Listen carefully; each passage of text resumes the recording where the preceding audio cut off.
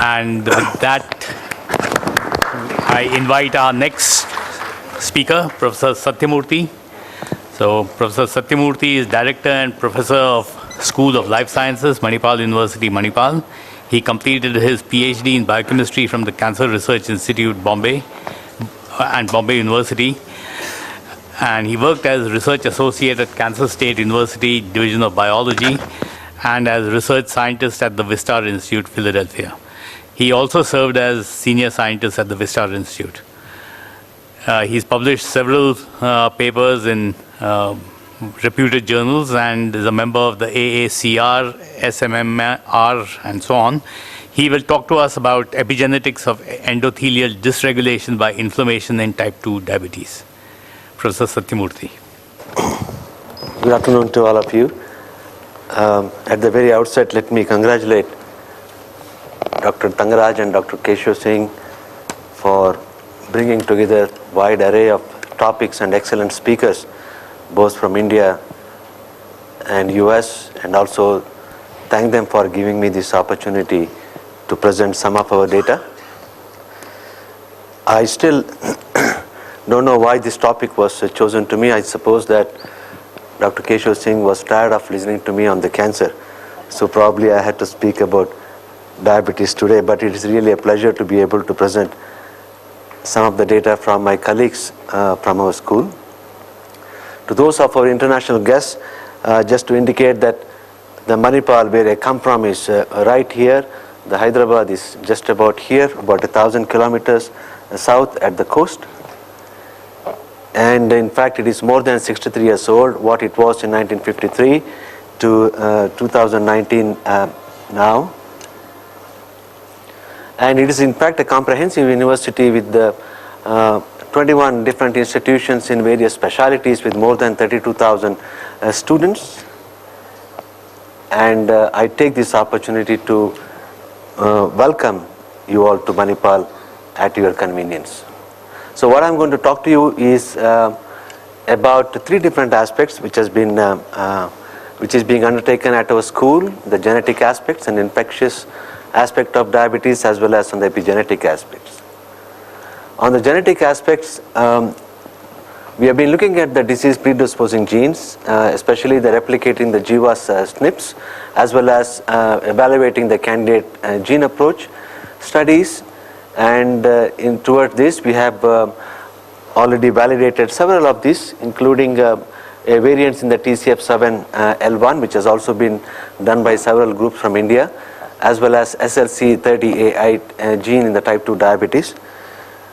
With respect to pharmacogenomics related studies, we have explored the genetics and epigenetic mechanisms which are related to pharmacogenomics, as well as we have performed the integrated analysis of allele specific gene expression. Towards this, we have identified and validated SLC22A2 as well as SLC47A2 genes, which is able to predict the best response to metformin, and KCNJ11 towards the direct response against glibenclamide, as well as relevance of allele specific signatures in SLC22A4 in metformin drug response. We have been quite interested with the folate for quite some time, and in relation to diabetes, we have undertaken candidate gene approach studies. We have done the targeted exome sequencing, we have done the whole transcriptome sequencing, and also allele specific gene expression. And today I'm going to present a bit of the studies wherein we have identified CPG associated SNPs related to MTHFD1, which is in fact is deregulating the folate metabolism in type 2 individuals. What happened to that?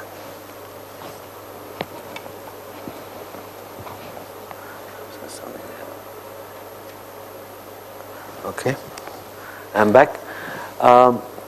In relation to infection and diabetes, we have been working at diabetic wound ulcers for quite some time, and towards this we have sequenced hundreds of metagenomic samples from diabetic individuals, and then being able to classify those microbes which are frequently associated with the diabetic foot ulcers.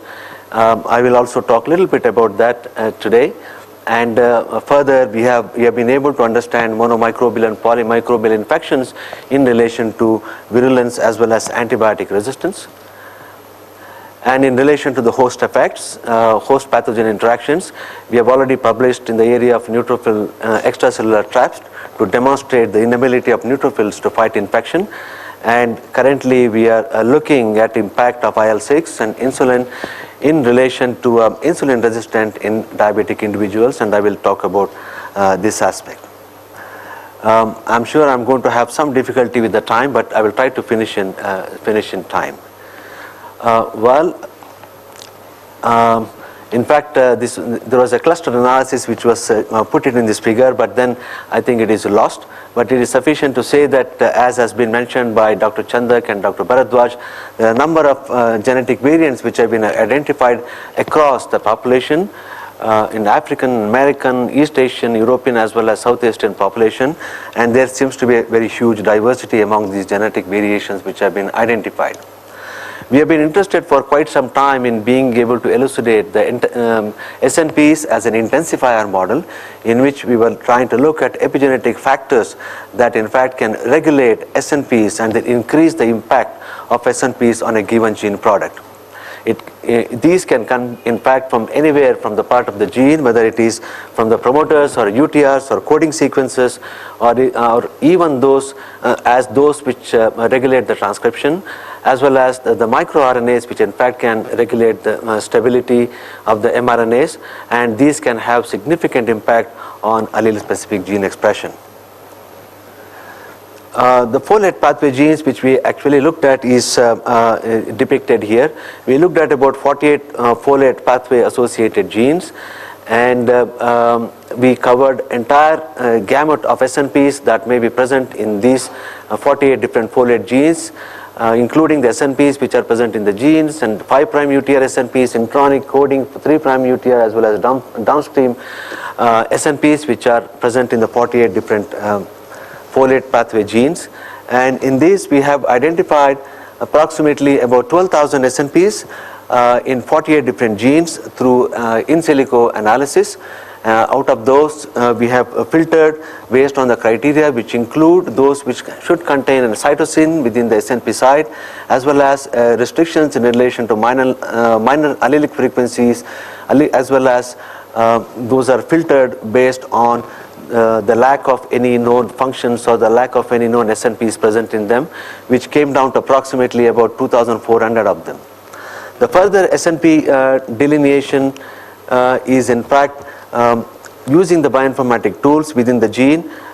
We have brought down the number of SNPs through their location within the promoters, UTRs, introns, and downstream regions, and then finally in the coding regions we have approximately about 68 SNPs, and these SNPs are further divided into synonymous and non-synonymous, approximately half of them each. And finally we have come out with 4 SNPs which are selected based on their gene expression in the blood, as well as their diversity in relation to the CPG sites. So in approximately about 400 individuals of controls and type 2 diabetes, we looked at the allelic frequencies in these 4 SNPs for MTHFD1, GGH, as well as MTHFR. There are a couple of alleles from SNPs from MTRR, and what we demonstrate is that the SNPs which are located at the CPG site at the MTHFD1 is in fact significantly associated with the obesity, but not necessarily diabetes in relation to the normal individuals. Homocysteine is a risk factor for many of the comorbid conditions, which include cardiovascular disease resulting from the sustained diabetes. And when we try to relate MTHFD1 SNP in relation to homocysteines, we found it to be significantly associated, as opposed to the other SNPs which were not significantly associated with the homocysteine levels. MTHFR was also used as a control, where it also did not show any significant association with the homocysteine levels. The homocysteine levels is part of the folate metabolic pathway, and it is in fact is one of the products which is a risk factor for cardiovascular disease. we went on to assess the CPG methylation sites within the neighboring CPGs which are present in the MTHFD1 gene, includes in the subjects of normal BMI, overweight BMI, as well as the obese individuals, and subclassified based on the diabetes, whether they are diabetic or not. It is sufficient to say that methylated cytosine heterozygous, which is associated with the thymine, is in fact significantly shows reduced methylation, genome-wide methylation levels in those individuals with these SNPs, as opposed to other variants or the SNPs which are present in this site. Moving on to the pathogen effects. Quickly, the diabetic foot ulcer is in fact 25% of the individuals would have the DFUs, and 50% of the individuals in fact get infected during hospitalization, and about 20% of them need amputation. And it has other comorbid conditions such as it can lead to neuropathy, ischemia, excess of glucose. It can alter the immune system, as well as severe infection of fungal and bacterial organisms. The metagenomic analysis identified a number of bacterial species, which is indicated here, which include actinobacteria, bacteroids, and firmicutes, and fusobacteria, and proteobacteria. Each of this line indicates individual genera as has been identified. And then, since the diabetic wounds can be broadly classified into various Wagner grades, which is indicated in this figure, in which we found about 15 of those bacterial genera are commonly associated with the different grades of the wound, and there are unique bacteria which are present in each one of these grades. When we examine the genera, various abundance of each of these genera in whether in the non-diabetic or diabetic males or female individuals, again we were able to identify several groups of bacteria, including alkali genes and corynebacteria, which are significantly different among these groups of individuals.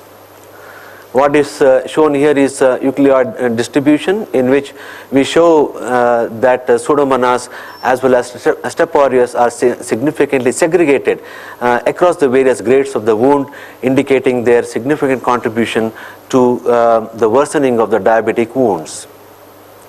We were also able to classify the groups of genera of bacteria that may be present within the different grades, in which we have alkali genes which exclusively show in the Wagner grade Wagner grade 2, as opposed to Providentia, which shows in the Wagner grade 5, and Pseudomonas, which is frequently seen in Wagner grade 3, and which is also shown in this Sarcos-clad figures spreading across all the genera.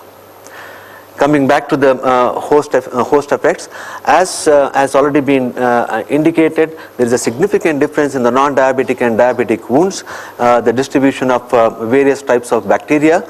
And when we look at the inflammatory markers, pro-inflammatory markers such as IL-6, IL-8, and IL-1 beta in diabetic and non-diabetic individuals, whether they have ulcers or with ulcers or without ulcers, it has been already been reported in the literature. The pro-inflammatory markers were already significantly present in the diabetic individuals with ulcers, as opposed to normal wounds or the normal individuals without ulcers. The anti-inflammatory markers were also we have tested, in which we found again that the anti-inflammatory markers was significantly down in the diabetic individuals with ulcer, as opposed to the non-diabetic individuals without ulcer. However, we could not decipher a significant relationship in relation to IL-10 between these four groups. The insulin signaling basically has two different arms. One, what we call it as a mitogenic arm, and the other is a metabolic arm. In the mitogenic arm, which is associated with the cell growth, proliferation, differentiation, motility, goes through a specific pathway which involves HSC, SOS, GRB, RAS, RAP, and MEC and ERK pathway, as opposed to the metabolic arm, which is associated with the glucose transport, glycogen synthesis, lipogenesis, decreased gluconeogenesis, and lipolysis, goes through IRS1 dependent pathway which involves PI3K kinase, PDK1, and AKT signaling pathway. If one looks at the vascular insulin resistance in relation to the endothelial function, the normal function as opposed to the dysfunction, which is indicated here, the normal functions such as vasodilation, thrombolysis, and platelet disaggregation is severely influenced by the various conditions within the diabetes, and which is in fact is dysfunctional, which leads to vasoconstriction, thrombosis, platelet aggregation, and proliferation. And this is essentially mediated by two key pathways associated with the insulin signaling. Again, one is dependent on IRS1 and another one is dependent on SHC, leading to the significant alterations in the endothelial function as structure as well as function. IL-6 on the other hand is associated with number of plethora of activities, and their effects on the physiology is very well known. But in relation to the vessels, it induces infiltration of the immune cells as well as the neovascularization, and from the pathogenic role it in fact promotes inflammation as well as atherosclerosis. Regardless whether IL-6 and its receptor is bound to the membrane or they are associated as a complex, soluble complex, they do interact with the GP130 and give signals pass through three key different pathways involving PI3K, JAK-STAT, and the RAS-ERK pathway, which is commonly seen with the both classical as well as trans-signaling pathways. However, there is a significant knowledge gap in relation to being able to understand the role of epigenetics-induced inflammation or inflammation that induces epigenetic changes. And this in relation to the vascular insulin resistance, insulin dysfunction, and atherosclerosis as opposed to the metabolic insulin resistance was key of our study. The questions which we asked primarily is to be able to study what are the DNA methylation patterns in the vasculatures in the insulin resistance caused during inflammation. Is epigenetics based signaling mechanisms under the condition of insulin resistance are regulated, and how the promoter and target genes are in fact regulated during inflammation that governs angiogenesis. And finally, whether the inflammation-induced insulin resistance in endothelial cells regulate angiogenesis. And I will briefly give some of the experiments which we have done to address these issues. And these are the models which we basically use. We use HUVEC cells and HD MEC cells from dermal microvascular endothelial cells. We do two-dimensional 3D cultures, and we study insulin resistance through signaling pathways, and also look at the DNA methyltransferase enzymes and various other methods including vascular insulin resistance, hyperinsulinemia, angiogenesis, tube formation, and other biochemical and molecular assays to address these questions. So the question is there a crosstalk between the insulin and IL-6 signaling pathway and its effects on vascular function? So we isolated the HUVEC cells as well as HMD cells from the donors, and they were confirmed by CDH positive by Western blot to show that they are indeed of endothelial origin, and also based on their structure, cobblestone structure in vitro in tissue culture. So what is the concentration of IL-6 and insulin which is necessary to be able to undertake this experiment? The concentration which we used did not induce a toxicity, and as we increase the concentration of IL-6, the classical phosphorylated form of STAT3 is also increased significantly. In order to address the influence of IL-6 and insulin on STAT3 phosphorylation, we did a time-dependent study to show that there is a spike in the STAT3 phosphorylation when treated with IL-6, which comes down a little bit and remains more or less constant, and there is a significant STAT3 phosphorylation up to about 40-fold seen with the IL-6 as opposed to insulin, which is only about the 4-fold and remains constant till about 36 hours. But when we use IL-6 and insulin, it appears that the insulin is in fact controlling the STAT3 expression of IL-6, and it remains stable after about 12 hours, suggesting that there is a significant crosstalk which exists between IL-6 and insulin. In relation to the AKT pathway, as I had described earlier, IL-6 induces AKT phosphorylation approximately about 24 hours after treatment, as opposed to insulin, which appears to be very immediate at 6 hours. But the combination treatment of IL-6 and insulin pretty much keeps the AKT phosphorylation at a level that is much lower than what we see with the IL-6 or insulin alone, suggesting that it's control over AKT phosphorylation. In the biological assays using the spheroids, we were able to show that as opposed to the controls which have some minimum sprouts which are coming out, and they are in relation to their length as well as to the number, IL-6 is able to robustly induce the sprout formation. Insulin is also able to induce the sprout formation, but if you combine IL-6 with the insulin, it appears to inhibit both the length as well as the number of sprouts which are formed in the spheroids. As opposed to the tube formation, we see a similar finding in which in the control HUVEC cells they form a nicely beautiful significant tube formation, which is also seen with the insulin and IL-6, but when we combine with the IL-6 and insulin, there is a significant reduction in the tube formation in these endothelial cells. So the crosstalk between insulin and IL-6 pathway tells us that insulin stabilizes the activation of STAT3 in presence of IL-6. IL-6 inhibits the insulin-induced activation of AKT and eNOS. I didn't show you data on the eNOS. IL-6 activates eNOS, which is independent of AKT, again which I did not show you this, and IL-6 reduces the insulin-induced angiogenesis in our model systems. The question is now that whether the insulin resistance is associated with the global methylation or hypomethylation. What is shown here is that treatment of IL-6 into the endothelial cells showed an increase in the global 5-methylcytosine levels, which subsequently decreases at 36 hours to approximately about 2.5%. We also show that IL-6 reduces the DNMT1 levels in both HUVEC and MDMEC cells in a dose-dependent manner as well as in a time-dependent manner. And IL-6 reduces not only DNMT1, IL-6 modulates not only reduces DNMT1 level, but it also reduces DNMT3B levels, but not the DNMT3A levels, which is shown in this figure, wherein it is also shown to be time dependent.